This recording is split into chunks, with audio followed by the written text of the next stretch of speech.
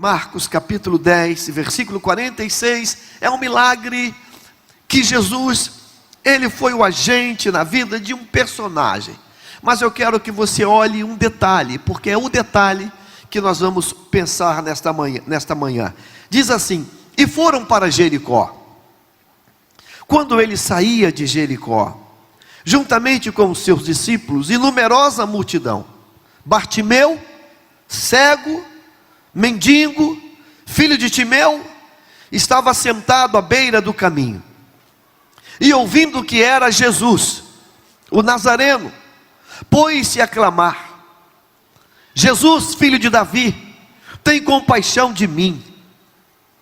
E muitos o repreendiam para que se calasse, mas ele cada vez gritava mais: Filho de Davi, tem misericórdia de mim. Parou Jesus e disse: chamai-o. Chamaram então o cego, dizendo-lhe: tem bom ânimo, levanta-te, ele te chama. Lançando de si a capa, levantou-se e de um salto foi ter com Jesus. Perguntou-lhe Jesus: que queres que eu te faça? Respondeu o cego: mestre, que eu torne a ver. Então Jesus lhe disse: vai, a tua fé te salvou. E imediatamente tornou a ver, e seguia a Jesus estrada fora. Amém, queridos? Você pode tomar o seu lugar. Esse último versículo que nós lemos no texto, desligou o computador? Esse último versículo que nós lemos no texto, diz a palavra de Deus que ele seguia Jesus estrada fora. Ele tornou a ver e seguia Jesus estrada fora. Eu quero levar você a pensar um detalhe desse texto. Quando esse cego, ele escuta que Jesus está passando, o texto diz que ele começa a clamar, ele começa a gritar, ele começa a invocar Jesus, porque ele tem uma noção exata, uma percepção, que aquela era a oportunidade dele, aquele era o dia dele. Eu quero perguntar a mim e a você: será que eu também percebo? Será que você também tem noção que tem momentos que Deus conspira a nosso favor?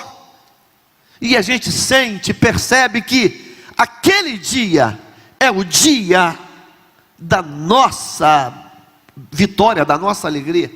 Esse rapaz percebe isso. E sabe, quando ele persegue, ele entende isso. Não apenas ele entende isso, mas há uma quantidade enorme também de pessoas que tentam abafar, que tentam roubar dele aquela sensação gostosa que ele estava vivendo, aquela sensação extraordinária que ele estava vivendo.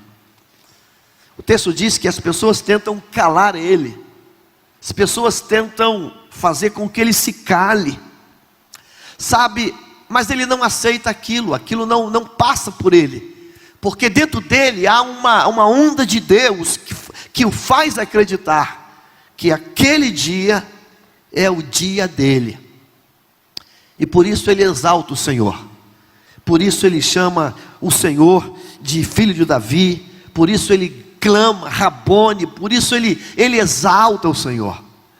Eu quero parar e fazer uma pergunta: você tem percebido dias, momentos em que Deus está sinalizando para você que esse é o teu dia, que esse é o teu momento?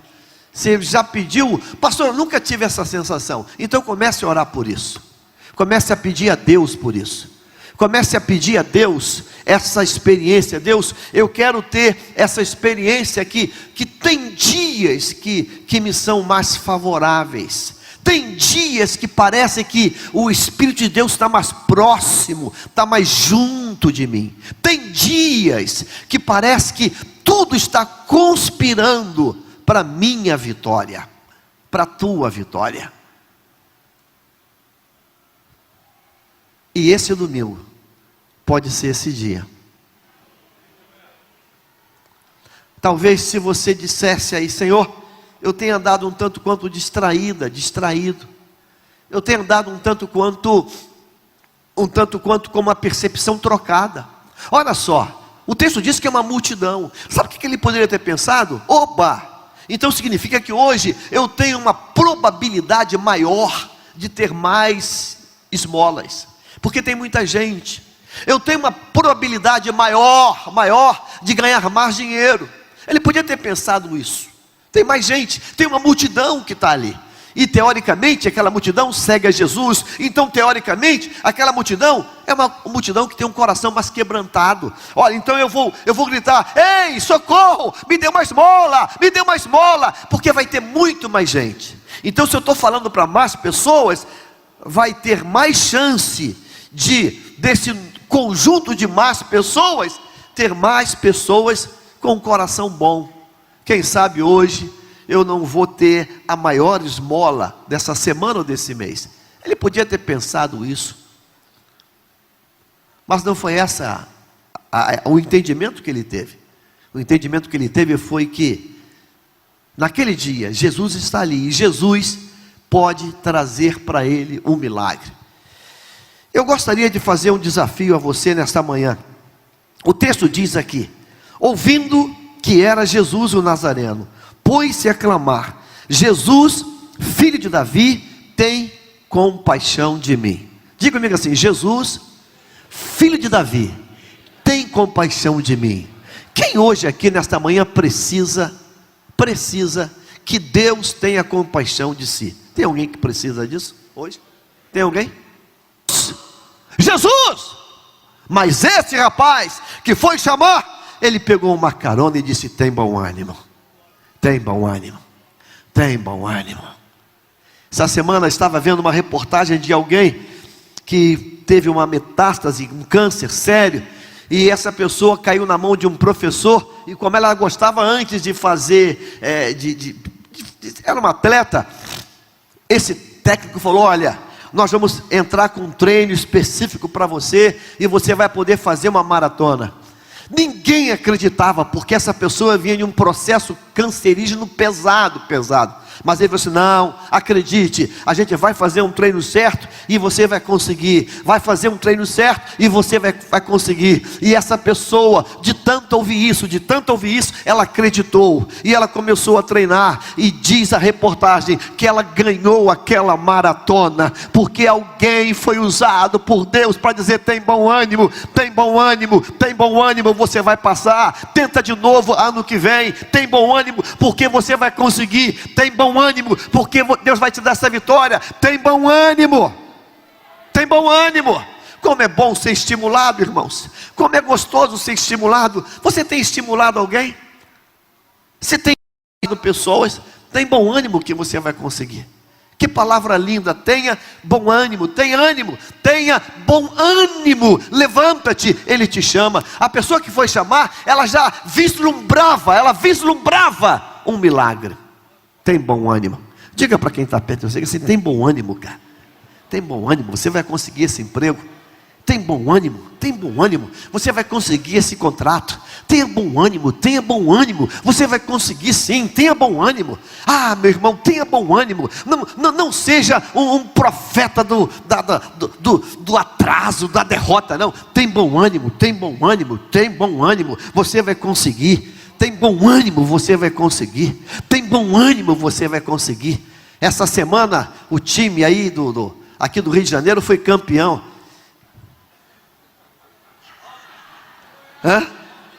Essa semana foi campeão. Tem bom ânimo. Já deu um abraço na esposinha querida. Tá treinando. Tem bom ânimo. Foi colocado no jornal como o melhor goleiro do Rio de Janeiro. Tem bom ânimo. Irmãos, Deus está dizendo para nós: tem bom ânimo. Sabe, irmãos, às vezes o diabo usa pessoas para roubar de você o bom ânimo.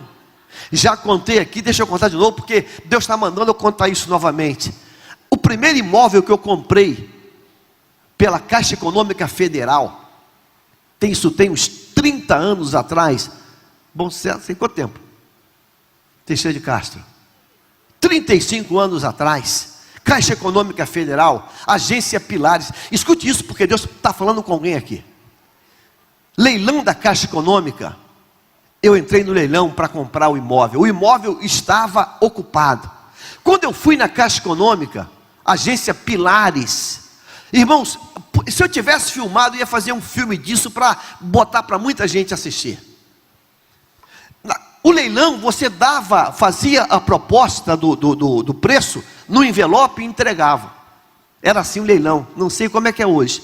Eu fiz um preço, lembro como se fosse hoje, 3.777, era cruzeiro, 35 anos atrás, nem sei qual era a moeda, real, cruzeiro, sei lá. O leilão era 2 horas da tarde, 35 anos atrás. Quem era cruzado, cruzeiro, sei lá o que era. Era cruzeiro? Eu botei 3.777, era um valor, trazendo para os dias de hoje, talvez fosse uns 50 mil reais, uns 45, na faixa de 30 a 40 mil reais, convertendo para o real de hoje, para você ter ideia. 2 horas o leilão, eu cheguei na agência 3h30, o cara está lá dentro, na máquina, ainda tinha época de máquina de escrever. Eu falei, boa tarde. Ele olhou para mim, boa tarde. Falei, meu amigo, o leilão de imóvel hoje, já foi, 2 horas. Eu falei, eu sei que já foi, eu participei, eu entreguei a proposta, eu quero só saber o resultado. Aí ele falou assim, vai ser preparado para colocar o resultado aí depois. Eu falei, poxa chefe, o senhor não podia dizer para mim só quem ganhou, porque aí já me liberava. Tipo, o cara fala assim, chato para chuchu. Ele vira e fala assim, foi um tal de Jaime. Aí eu falei, foi um tal de Jaime. Eu falei, olha, se não tem 2 homônimos, eu sou Jaime. Ele me olhou, parou, levantou da cadeira, veio até o balcão. Irmãos, o que eu falo isso é a expressão exata da verdade de Deus. Ele vira e fala assim, pega a pasta, diz, Jaime Soares da Silva? Eu falei, sou eu. Ele falou assim, rapaz, tu tem pai? Eu falei, tem. Tu veio com teu pai aqui? Eu falei, não. Por que essa pergunta? Tu é maluco? Eu falei, não estou te entendendo, meu amigo. Rapaz, você comprou uma casa que está ocupada por uma invasora. Você deu uma proposta para uma casa ocupada. Tu perdeu o juízo, cara. Você sabia que a pessoa que está ocupando essa casa não deixou ninguém entrar nela para ver? Botou para correr. Você sabe quando é que você vai ter essa casa que você deu a proposta? Nunca. Dia de São Nunca de tarde. Você vai pagar uma casa que você não vai tomar posse. Ó rapaz, eu não posso fazer isso não, mas eu quero ser teu amigo. Eu vou rasgar essa tua proposta. Você não veio aqui, você não falou comigo e eu não falei contigo. Eu vou rasgar e você escapa por tua vida. Tipo assim. Eu falei, meu amigo, não rasga não. Eu dei a proposta. Rapaz, conversa com o advogado, cara. Tu vai fazer uma loucura. O problema é que eu pagava aluguel. Isso tem 35 anos atrás. Eu estou casado há 40, então os 5 primeiros anos de casamento. E um domingo, lendo o jornal o Globo, depois da escola dominical, procurando sair do aluguel, estava lá, leilão da Caixa Econômica. E aquilo ficou vermelho, assim, fez tchum. Eu falei, eita, que é isso? Deus falou comigo, toma posse desse leilão. Deus falou comigo. Então eu só fui no leilão porque Deus me dirigiu para aquilo. Eu, no primeiro amor, cheio de paixão pelo Senhor, falei, não, meu amigo, não rasga não. Eu dei a proposta e se eu ganhei é porque Deus está confirmando. Aonde eu assino? Meu amigo, não faça isso. Meu amigo, aonde eu assino? Eu quero assinar hoje, aqui agora. Ó, é por tua conta e risco. Eu te avisei. Se você não quer, se é problema teu, assina aqui. Tu se ferrou. Você acredita que eu comprei uma casa no leilão sem nem ver onde era a casa? Porque Deus falou comigo e eu simplesmente criei porque Deus falou comigo. Eu comprei sem entrar na casa. Na época eu estava estudando aqui na Suan, e quando eu saí da Caixa Econômica, assinei todos os papéis que eu tinha comprado, financiamento de 100% pela Caixa Econômica Federal, e fui ver então a bendita casa que eu tinha comprado, sem nunca ter nem passado na porta, mas eu fiz em obediência à palavra. Vem saindo uma senhora, e quando ela me vê, a gente troca o olhar, e eu digo: tudo bem, minha querida? Por acaso, a moça que vem saindo, ela é a bibliotecária da Suan. Eu já estava finalizando o curso de Direito, eu fazia pesquisa lá com ela, ela que pegava os livros e liberava os livros. E ela já fala, já era conhecida, doutor Jaime. Eu falei: ô querida, coincidência, está perdido? Eu falei: não, eu comprei uma casa no leilão. Quando eu falei isso, ela ficou transfigurada. Foi você? Não saio, não tem para onde ir. Olha, esquece. Eu falei: minha filha, que coincidência. Deixa eu falar uma coisa para você, moça. A gente se conhece na faculdade, mas antes disso eu vou contar uma outra coisa para você. Eu sirvo um Deus que está me abençoando para mim sair do aluguel. Eu não conheço esse Deus que me abençoa e que para mim abençoar te prejudica. Esse Deus não existe. Então, se Deus está me abençoando para sair do aluguel, esse Deus vai abençoar você. Você crê? Vamos fazer uma oração aqui agora.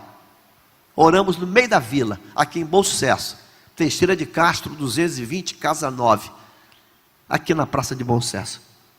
Oramos ali, fomos ver a casa caída aos pedaços, tudo estourado. Ela tinha invadido aquela casa já há mais de 6 anos, se baseava no uso de capião e tal, ficaria com a casa. Eu falei: tranquiliza o coração, eu não entro nessa casa para você ir por relento. Ela falou: olha, eu tenho uma filha adolescente, eu trabalho na Suan, saio tarde, trabalho no turno da noite, eu não posso trabalhar longe, eu tenho que trabalhar perto e ir a pé para o trabalho, porque eu não posso gastar dinheiro com passagem, então só tem um jeito, morar em Bom Sucesso, e eu ganho muito pouco e não posso pagar aluguel.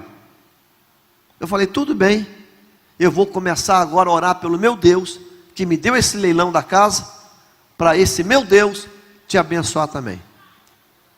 Aí comecei a orar, aí Deus usa pessoas como canal de ânimo e de compaixão. Aí eu falo com os contatos, e alguém diz assim: pastor, estão começando aqui os prédios da Vila do João e do Pinheiro, esse edifício aqui na linha amarela, manda ela lá me procurar, que eu vou fazer a inscrição dela. Fui lá, falei: fulana, vamos lá, você se enquadra, porque você é sozinha, não tem marido, ganha muito pouco, tem criança, você se enquadra dentro disso. Tua renda é muito pouca. Ela se inscreveu. Um belo dia ela fala comigo: pastor, recebi o telegrama, ganhei um apartamento aqui ali na Vila do João, naqueles prédiozinho ali onde mora o meu querido Nemuel. Ela ganhou um apartamento ali. Ela disse: só não tenho como fazer a mudança, tudo é comigo. Peguei um caminhão de mudança, fiz a mudancinha dela, mudei ela para lá, fomos lá abençoar o apartamento dela, que agora era próprio, 0,800 de graça dela, e começamos a quebrar para refazer, para fazer a obra na casa. Sabe, aquele moço da Caixa Econômica, consciente ou inconscientemente, ele foi usado pelo diabo para roubar a bênção que Deus havia determinado. Você está entendendo alguma coisa hoje? Amém? Deus levanta pessoas para dizer: tem bom ânimo, mas no mesmo texto tem pessoas dizendo: cala a tua boca. Irmãos, o que eu vou dar ouvido a quem? Eu vou dar ouvido a quem? A quem manda eu calar a boca, dizendo que não vai dar certo, que não vai adiantar, não vai dar? Ou eu vou me abrir para Jesus e vou acreditar que Ele vai usar a pessoa para dizer: tem bom ânimo, levanta-te, Ele te chama, tem bom ânimo, hoje tem milagre, hoje tem milagre. Hoje tem milagre. Tem bom ânimo. Tem bom ânimo. Tem bom ânimo. Deus vai usar pessoas para te estimular a tua fé ainda mais. Amém. Amém. Então profetiza sobre essa pessoa que você não gosta, diga assim: tenha bom ânimo, vai mudar a situação. Diga isso: tenha bom ânimo, o quadro vai mudar. Tenha bom ânimo, o quadro vai mudar. Hoje eu falei com um amado aqui que é empresário, trabalha no ramo de pastor. A coisa está estreita, pastor. Muita empresa está passando por situação, o transporte caiu, o volume. Tem bom ânimo, Deus vai mudar o quadro. Tem bom ânimo, Deus vai mudar. Tem bom ânimo. Ei, ceguinho, ele te chama. Não, mamãe, eu vou botar aqui uma azeitona para você. Tem bom ânimo, ele te chama. Levanta-te, tem bom ânimo. Você entende isso, amém? Agora eu quero terminar olhando com você o versículo 50. Coloca o 50 na tela. Lançando, você pode ler comigo isso aqui? Vamos, 1, 2, 3. Lançando de si a capa, levantou-se de um salto e foi ter com Jesus. Uma pergunta: Jesus mandou esse homem, Bartimeu, jogar a capa fora? Mandou? A iniciativa de jogar a capa fora foi dele. Irmãos, o texto vai terminar dizendo, no último versículo, 50, 51 e 52, coloca, e eu quero que você veja uma coisa. Então Jesus lhe disse: vai, a tua fé te salvou. E imediatamente tornou a ver e seguia Jesus estrada fora. Diga assim, vírgula, sem a capa. Deus falou comigo hoje, nessa manhã, que tem muita gente seguindo Jesus estrada fora, ainda de posse da velha capa. Há muita gente que continua seguindo Jesus, ainda de posse da velha capa. Não entendi, pastor. Não entendeu? A velha capa do engano, a velha capa da mentira, a velha capa do jeitinho, a velha capa da trapaça. Eu quero perguntar para você hoje: você continua seguindo Jesus, mas continua com aquela capa que tu usava lá fora? Aquela capa que te abrigava dos ventos, das chuvas, mas era uma capa. Sabe, irmãos, a melhor maneira de seguir a Jesus é sem capa, sem subterfúgio, sem capa. Se você tem estado na casa de Deus,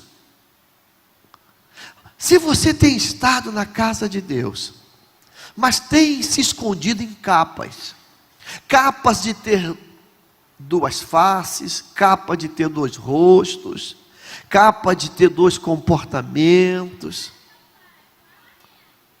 Que perigo esse?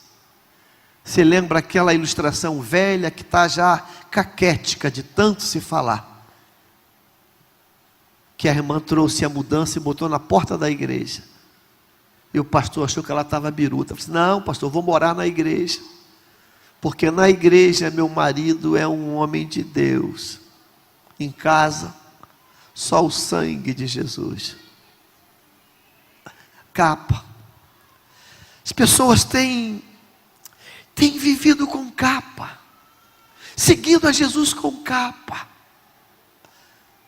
Continua fazendo coisa que não devia fazer. Continua dando rasteira em gente, continua dando com capa. Continua com comportamentos que não condiz a quem está seguindo a Jesus. Queria que você hoje tomasse uma decisão de você, uma decisão espontânea. Não foi Jesus que disse: ei, Bartimeu, joga ela fora. Não, partiu dele. Bartimeu decidiu jogar a capa fora. Eu quero pedir a você hoje que você decida hoje jogar a capa velha fora. Você vai dizer: Deus, eu vou parar com essa situação, eu vou parar com esse negócio, eu vou jogar fora essa capa do velho homem. Irmãos, aquela capa, ela foi muito boa, foi muito bacana, guardadas as devidas proporções, para aquele tempo de mendicância, que ele era mendigo, agora não mais. Agora você é uma outra pessoa, agora você é uma nova criatura, agora você está andando atrás de Jesus, agora você não precisa mais disso não, isso é uma muleta do passado. Jogue isso fora, jogue isso fora, jogue isso fora. Eu lembro que quando eu estava no mundo desviado, deixa eu contar um pecado para você. Os meus contatos já naquela época, fiz um contato e me deram a carteira de jornalista, imprensa. Pronto, falei um pecado que eu tinha. Eu tinha uma carteira imprensa. Todo sábado, irmãos, eu era terrível. Eu entrava em tudo que é festa de bacana de clube, dava carteirada e entrava imprensa. E dizia que era colunista social, e dizia que queria fazer uma observação. Eu entrava. Eu lembro que quando Jesus me trouxe com mão forte em janeiro, um dia abrindo a minha carteira, eu falei: meu Deus, eu ainda estou com essa miséria, mentira aqui, Senhor. E eu peguei aquela carteira de imprensa, de jornalista, e tesourei ela, e cortei ela todinha em tirinha. Eu destruí aquela carteira, porque aquela carteira era mentira, era mentirosa. Agora numa congregação nossa, não posso falar o nome, um rapaz pediu uma menina lá para casar, e o dirigente veio falar comigo: pastor, a moça lá, tarará, tá, um rapaz. Eu olhei para ele, irmãos, o dia que eu fui lá pregar. Sabe quando você olha para alguém e bate assim um tchan? Aí eu lembro que eu falei com o dirigente: esse rapaz é solteiro? Por quê, pastor? Não tem cara não, cara. Ele veio de onde? Não, ele veio de Pernambuco. Mas vocês já fizeram um levantamento? Não, pastor, uma benção. Prega, canta, pastor, parceiro no evangelismo de manhã comigo. Pastor, benção purinha. Deus mandou com papel de presente para nós. Benção pura. Eu falei: cara, esse rapaz não é casado, cara? Isso tem cara de ser cascudo toda a vida. Faz o seguinte, dá um levantamento nesses Face da vida, pelo nome dele, sei lá, de repente aparece alguma coisa, vê alguma coisa.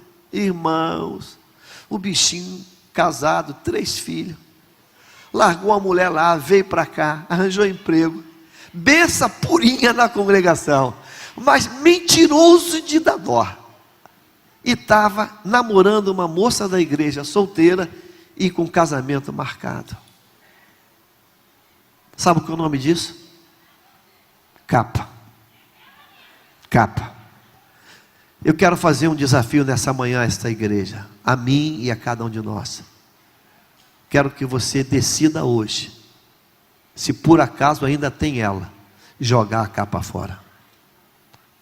Você entendeu isso hoje? Amém.